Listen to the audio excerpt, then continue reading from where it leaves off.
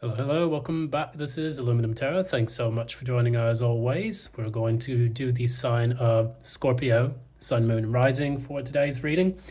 If you like what you see here, as always, with the order of the day, please be sure to give a like, share, subscribe, ding that notification bell so that you don't miss any updates from future postings.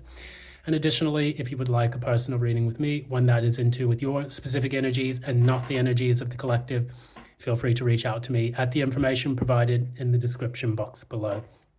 So what we're going to talk about now, we'll try to do our homework as best as possible. I'm going to tell you a little bit about some of the transits that you need to note for the month of October, which are going to be very key transits, setting a lot of things into motion for the rest of this year. The first one being the solar eclipse in Libra, now that we're in Libra season, which is taking place in a few days on the 2nd of October. This is going to deal a lot with relationships, open enemies, business partnerships, getting balance and equilibrium, justice, any kind of things dealing with contracts and so on. So that is pretty much what Libra encompasses. Now, with the solar eclipse, what it will more than likely do, it will kind of overshadow and help you to purge some issues that you've had dealing with these types of concepts. So look at where Libra falls in your chart, or where Venus is in your chart, which is the ruler of Libra, and you can kind of get a bigger picture as to how it may affect your specific, makeup in the astrology, So that will help you a little bit. The next part is Pluto in Capricorn. Pluto is kind of a bit stagnant and stationary at the moment. It's moving direct into Capricorn after a long period of going retrograde and then at a standstill. On the 12th of October, that's when it starts to move forward. And that's when you're going to start seeing the bull in the china shop type of deal that's going to take place with that. It's going to affect political systems, economic systems, governments, institutions, things of that nature. It's just going to upheaval with everything. It's going to create massive upheaval with everything. You'll see financial institutions collapse potentially, leaders being deposed, new leaders coming in. Everything's just going to be transformed for better or for worse, but mostly for the better, to get rid of the old stagnant and stale institutions that have existed before. Next, we have Mercury in Libra, square Pluto. This is on the 12th of October. And what this normally talks about is learning how to negotiate or learning how to get balance and equilibrium in tense situations. Because when you have this square, Mercury square Pluto, it's normally where you have kind of controlling or demanding language towards people. And with Mercury being in Libra, not mistaken, there was recently a Mercury retrograde that was quite big. I think it was in Leo not too long ago, around the time of Leo season, because Mercury is typically not too far off from the sun of the specific time. Now it's going to then on the next day, 13th of October, go into Pluto, which is going to create some chaos. That's when you see people throwing down the gauntlet and becoming a bit more bellicose with their rhetoric and their actions. This could prompt people to declare war and things of that nature. That's what I feel could happen. So keep an eye out for that and make sure that you are prepared for any kind of things that take place then. We have Sun opposing Chiron. Chiron deals with our wounds and how we deal with those wounds, especially those from, the distant past. And then we have that opposing the sun, which is our core and our essence and our vitality. So those core wounds that have been existing within your life for a long period of time, this is going to challenge that. It could even help you to clear that out. Because with the opposition, it's not so much like the square. It's the way it was described is that with the square, it's like getting T-boned. If you get into an accident or something, or if you you're driving or something and you get T-boned, you don't see it coming. But with the opposition, you can see it coming ahead of you and there's a chance to swerve or do whatever. So you're a bit more in control with the opposition than in the square. Finally, we have the full moon in Aries. That takes place on the 17th of October, and what that does, it tells us more about coming to a cumulative head where we need to take action on things that have been building up over time. So the full moon was in Pisces on the 18th of September when it went into the lunar eclipse. It was a partial lunar eclipse. And that basically created a bit of a shadow side for ourselves where we had to face our emotions and face the challenges that it remained within our, buried within our subconscious. It was all about shadow work. This is now about moving forward from that shadow work and doing something of lasting prominence. So we want to really look at the full moon in Aries as a time for us to take control of our lives, our destinies, and to start launching our actions or getting stuck from stagnant periods. Because typically Pisces is the card, or Pisces is the ruler, the planetary ruler of the hangman and the moon itself. So what we want to do, we want to get rid of the fear and the stagnation by moving into a new period with the full moon in Aries. So that said, we're going to go ahead and start with the reading for Scorpio, Sun, Moon, and Rising. I'm going to go ahead and concentrate on the cards, shuffle these out, so that way we can get into the reading more in depth. Moment, Spirit, what is taking place for Scorpio, Sun, Moon, and Rising? What is taking place with Scorpio, Sun, Moon, and Rising? What's happening with Scorpio, Sun, Moon, and Rising for the month of October 2020? What is happening with Scorpio, Sun, Moon, and Rising for the month of October 2024?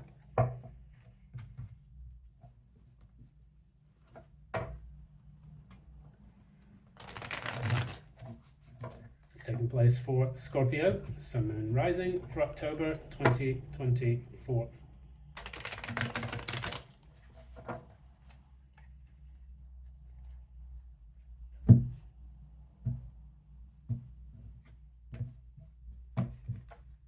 Right, let's lay these out.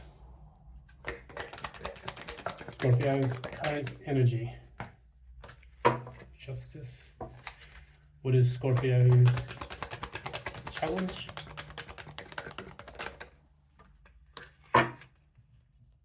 Three of Cups. Huh. Two cards. What happened in the recent past for Scorpio?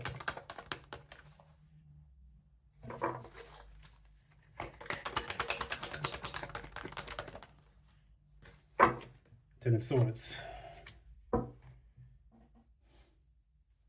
What about the near future? What's happening in the near future?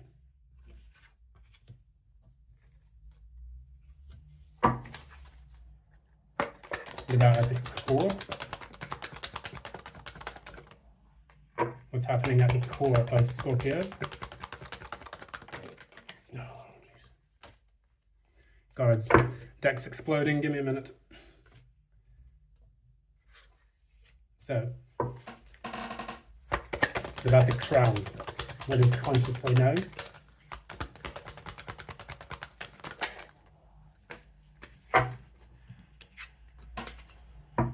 What is the signifier?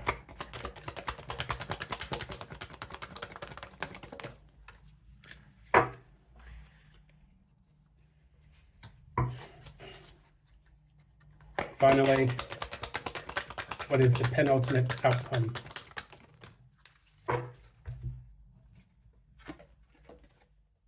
Okay, well, let's see here.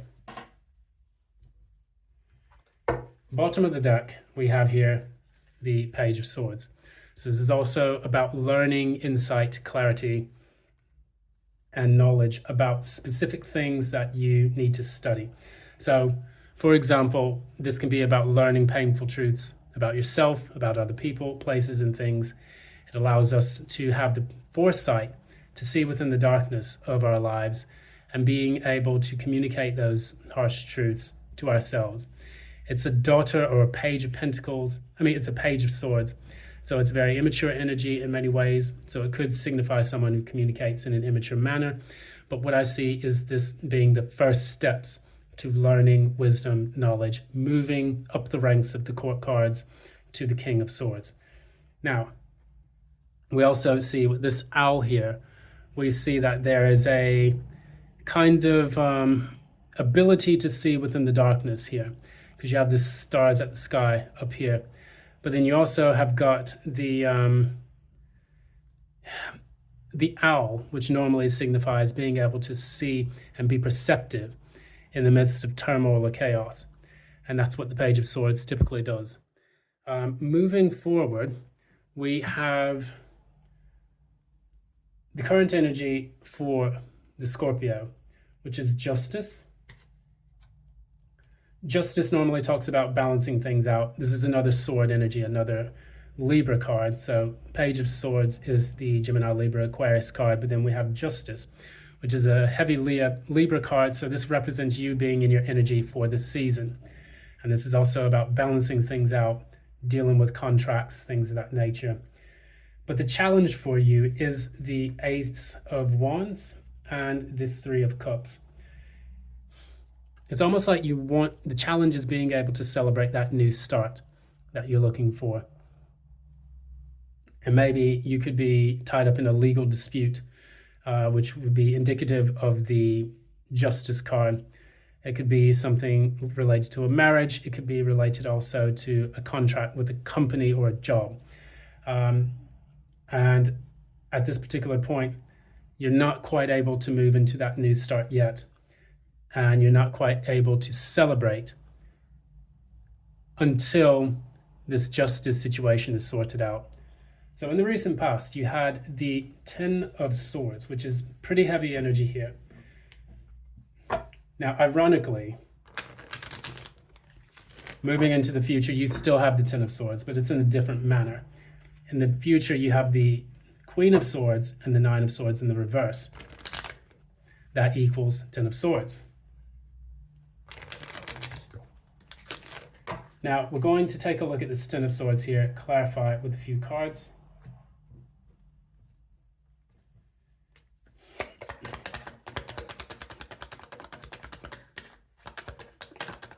Clarify the Ten of Swords.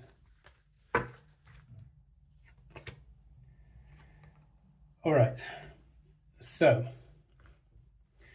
what I am getting here is that the Ten of Swords happened due to an Emperor figure who was, it could be one of two situations.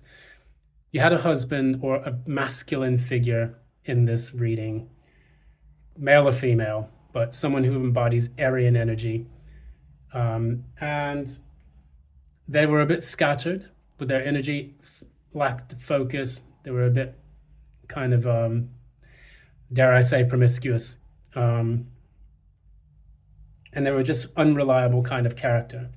And what this caused is the dissolution of the relationship between the two of you, because the sword is definitely a perspective, a thought, a way of seeing things. But the Ten of Swords is burdensome to the point where it's like beating a dead horse.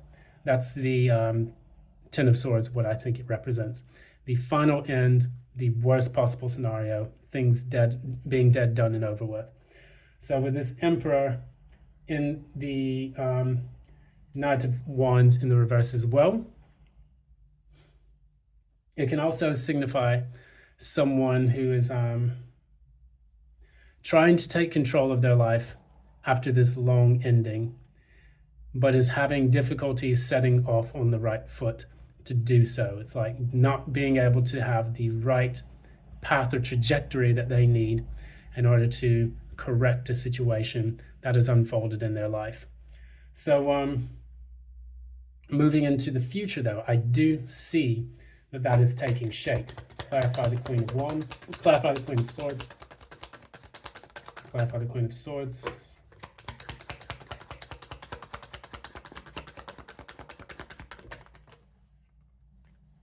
Okay.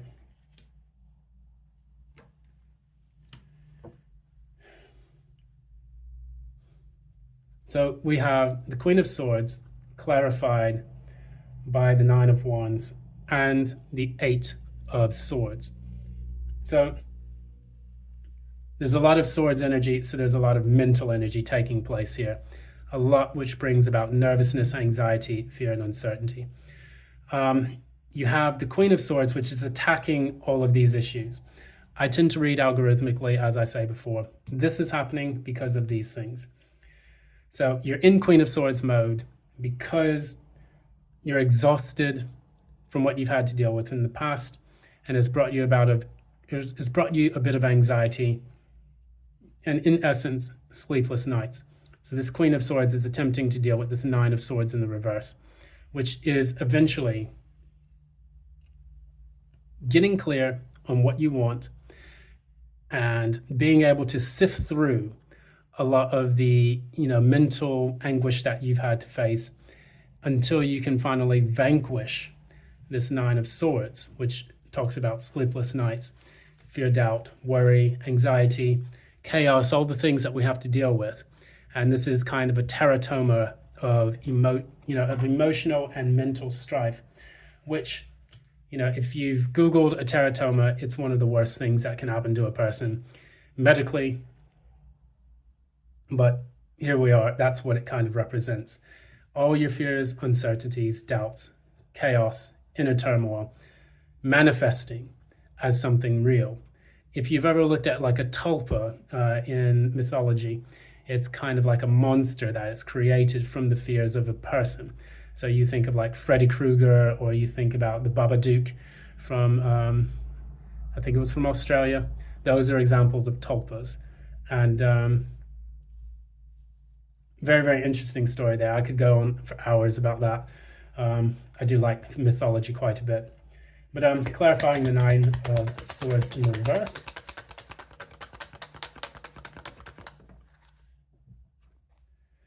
We have the High Priestess. So you're getting clear, you're getting perceptive about these fears and these worries that you have. Now, in facing those things, it takes a level of detachment. That is what the Queen of Swords has. Rather than allowing these fears to manifest as monsters that you have to battle, it's time for you to slay those monsters and get clear and detached and rational about what it is that you need to do moving forward. The reason why I say that is because we have the Father of Swords, which is the King of Swords, and then we have the Daughter of Cups, the Page of Cups.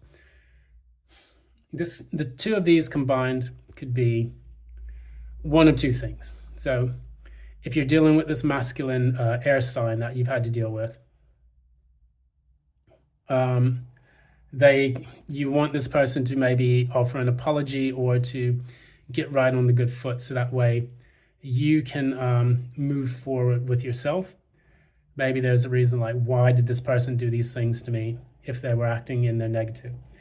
On a more abstract level, you could say that you are strategizing about the things in which you want to do that will lead to your happiness and your fulfillment. So the King of Swords is a mastermind, a clever person, a master of the intellect. And what they're doing is they're now looking at this. It's almost like they're nurturing something new.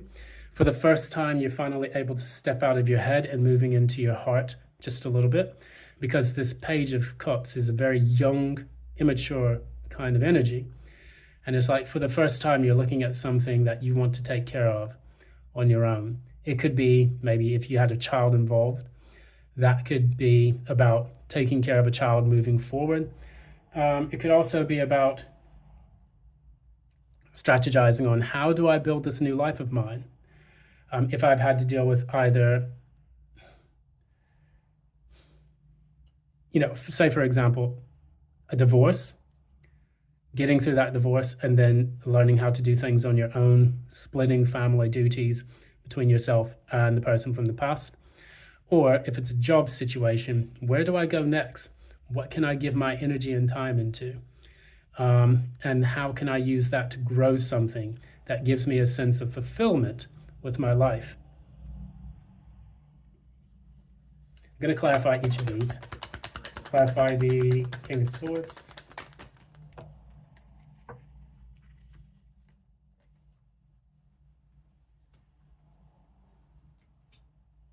So it's the Six of Cups in the reverse and the Page of Swords again. So learning painful truths that you had to face from the past. That is what those two cards tell me. And then you have the Page of Cups again. Clarify the Page of Cups. Judgment. So interestingly enough,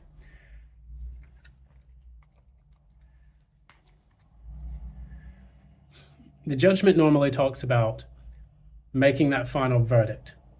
It's kind of like the Justice card in many ways, but the Judgment is kind of like a divinely inspired conclusion to something that has taken place, and it normally takes place right before the world, which is card number 21, wrapping up that cycle and leveling up.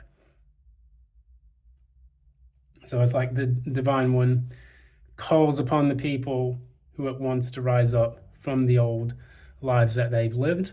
And for you specifically, this is an old, dead life that you're resurrecting yourself from and finding new meaning and purpose in it. And right after that takes place, the world comes in and wraps that cycle up. And so that is what's going to bring you a lot of your wish fulfillment, I think, based on what I see here from the cards. In what's known, or what's at the crown, we have the Four of Pentacles in the reverse. Clarify the Four of Pentacles in the reverse.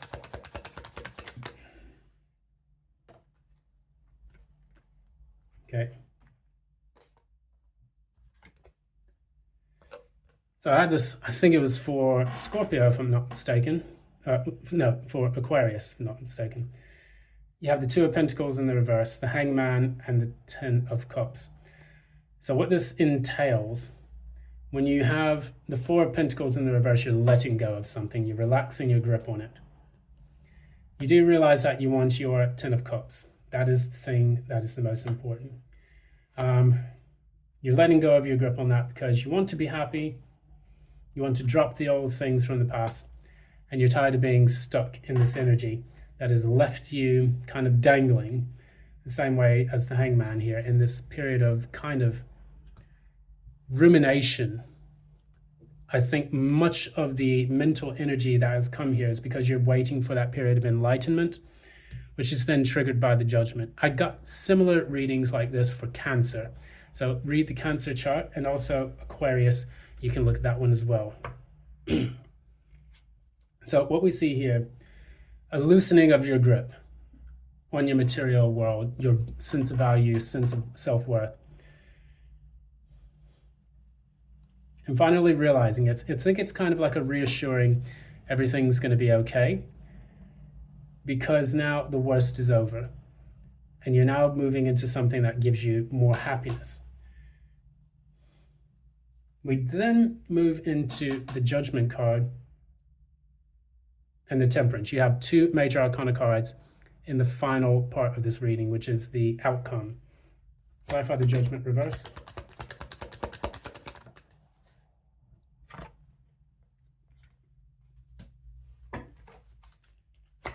Clarify the Temperance.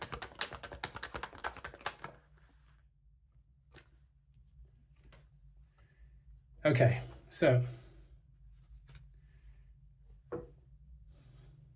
what we're looking at here, the Judgment is in the reverse because of the Death reverse.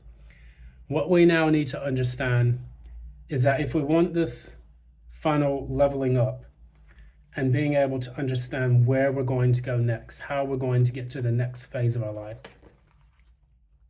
what we need to do is we need to let go of the past. Letting go of the past will be the main thing that propels you into that Judgment. It's going to set the Judgment in the upright in the near future. Think about all the things that you've held on to with this Four of Pentacles here. Maybe you have gripped too tightly on something from the past. Things that you thought were your stability and your reason for existence, your reason to live. Let go of that so tightly and allow yourself to step into a kind of death phase where you let go of your old history and move into something new.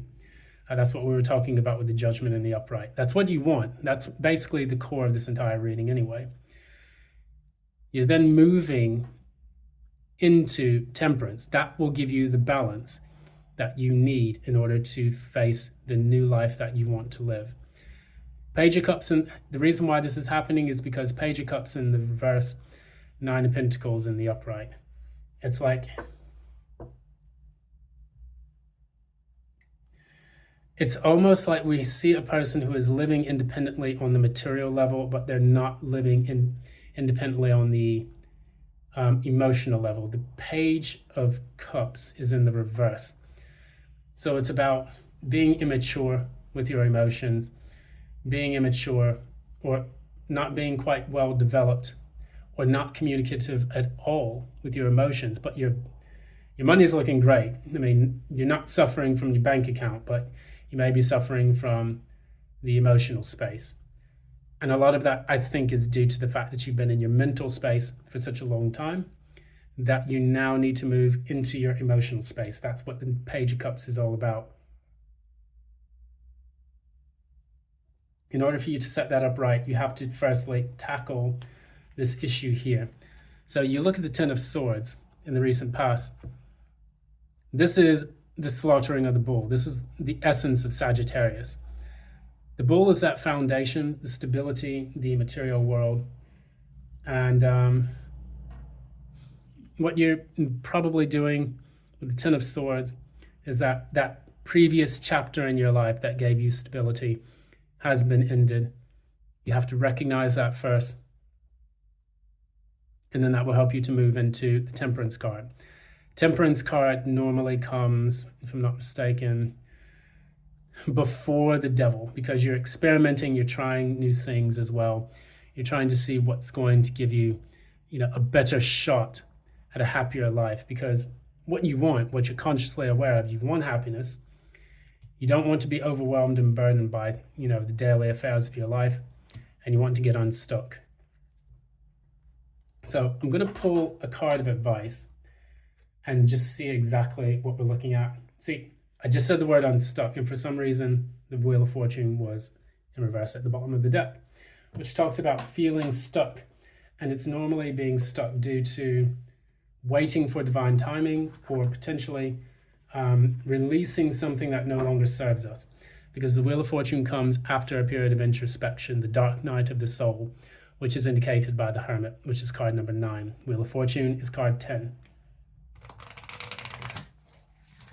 What advice have we got?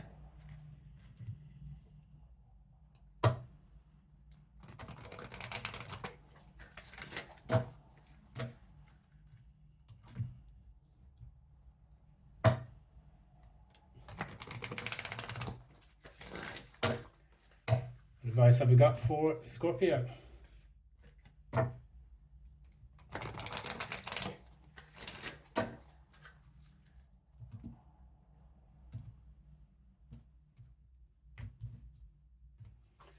All right.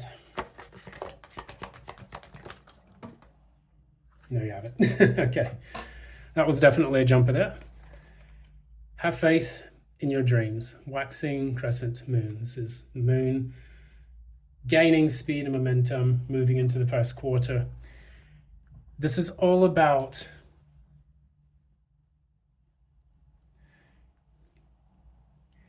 when you look at your life, we oftentimes look at our life and approach it from a place of pain and suffering. The Ten of Swords moments that we have in our lives, which leave those scars. And I did talk about Sun being in Chiron and Mercury moving into Scorpio. I think towards the middle of the month, what you'll see is that you'll finally be able to plumb the depths within and find out specifically where your wound is and how that wound then shapes your approach to life. This may be a bit more of an esoteric reading. It's not like, oh, you're getting a job and congratulations, This is more of a reading that talks about more psychological work, which is what the Scorpio is all about anyway. It's about going in and getting rid of all the bad stuff that we tend to escape or try to avoid. It's Pluto, and Pluto is moving through Capricorn. So that's your outward self, your outward creation. Then moving into Aquarius. This is going to knock over all of our Legos for the rest of the year and for the foreseeable future. On an individual level, I do see this taking place with you, Scorpio, being the sign that actually goes through this process quite a bit. You are literally the phoenix. And we can kind of see that in the Temperance card here. It's not quite like a phoenix. It's a heron here, but it's gives me phoenix energy almost. The Judgment is kind of that phoenix card as well. We see it here in this deck, rising above all the darkness and the ashes. And for you, that is what you're trying to do, rising from the ashes of this painful situation that you've had to face. You will face that again with the Sun opposing Chiron on the 14th of October, I believe. And what this will do, this will finally give you the chance to shed your skin and to move forward into a more authentic, higher truth. And so I hope for all the best for you on this. I hope it does pan out. When it says have faith in your dreams, this momentum is building. And it's going to build even further once you're able to release the old. There's still a lot of shadow on this card here.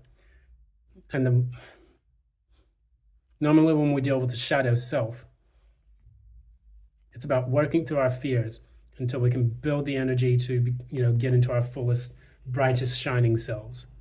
So that's basically it for today. Thanks so much. This has been Aluminum Tarot. Thanks so much for joining me for this reading. If you like what you see here, please be sure to give a like, share, subscribe. Ding that notification bell so that you don't miss any updates from future postings. And also, if you would like a personal reading with me, one that is in tune with your specific energies and not the energies of the collective, feel free to reach out to me at the information provided in the description box below. So, we've gotten through all the signs. It's very good times. October is definitely going to be a month that's going to reshape everyone moving forward. How it reshapes you in your specific world, that's going to be up to you. Thanks again. Until next time, love and light.